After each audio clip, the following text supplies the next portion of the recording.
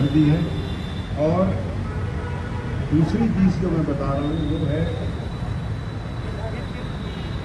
अभी हमारी व्यवस्था में हमने अपने स्तर से अपने जो वेलफेयर फंड हैं उसके माध्यम से 1 साल 1.5 साल पहले ये शुरू किया था कि किसी की भी कार्य के दौरान अगर दुर्घटना या आदि में मृत्यु होती है तो उसको हम 25 लाख रुपया अपने साधनों से देंगे।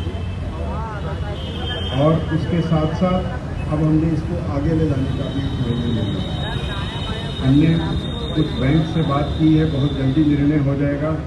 किसी भी पुलिसकर्मी की, चाहे वो सिपाही हो चाहे वरीय पदाधिकारी हो, किसी की अगर दुर्घटना एक्सीडेंटल मृत्यु होती है तो उसको, मुझे उम्मीद है, अभी निर्णय नहीं हुआ है लेकिन मुझे उम्मीद है कि करीब 1.5 करोड़ रुपया उसके परिवारजनों को मिलेगा। ये हम अंतिम स्टेज पे है ये। और 1.5 करोड़ का मतलब है कि जहां हम पहले बहुत कम दे पा रहे थे और उसके आश्रितों को नेचुरली बहुत कठिनाई होती थी, अब ये राशि बढ़ के करीब 1.5 करोड़ होने की उम्मीद है। और हम ये जल्दी, और हम सबको बुलाएंगे, जितने हमारे एसोसिएशन के प्रतिनिधि हैं सबको बुलाएंगे। सोमवार को हमने बैठक रखी है, उस बैठक में सबकी राय लेने के बाद ये निर्णय करेंगे। लेकिन ये लागू होगा तो ये 1.5 करोड़ की सहायता हम ले पाएंगे। इसी प्रकार एक जो बड़ी समस्या है वो है ट्रांसफ़र पोस्टिंग की जो पॉलिसी है, इस पर हमने विभिन्न प्रकार का मंथन किया, सुझाव लिए और अब हम एक प्रारूप हमने बना लिया है, जो मुझे उम्मीद है कि सोमवार तक हम सभी लोगों को भेजेंगे।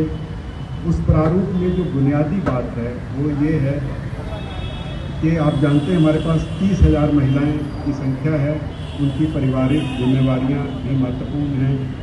और भी जो कर्मी हैं उनकी भी पारिवारिक जवाबदेहियां हैं।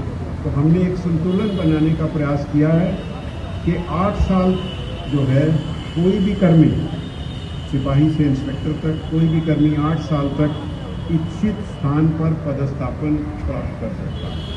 8 साल तक अपने पूरे सेवा काल में इच्छित स्थान पर पदस्थापन प्राप्त करता है, लेकिन उसका गृह जिला नहीं होगा, वो उसका गृह क्षेत्र नहीं होगा और जहाँ वो पहले रहा है वो नहीं होगा।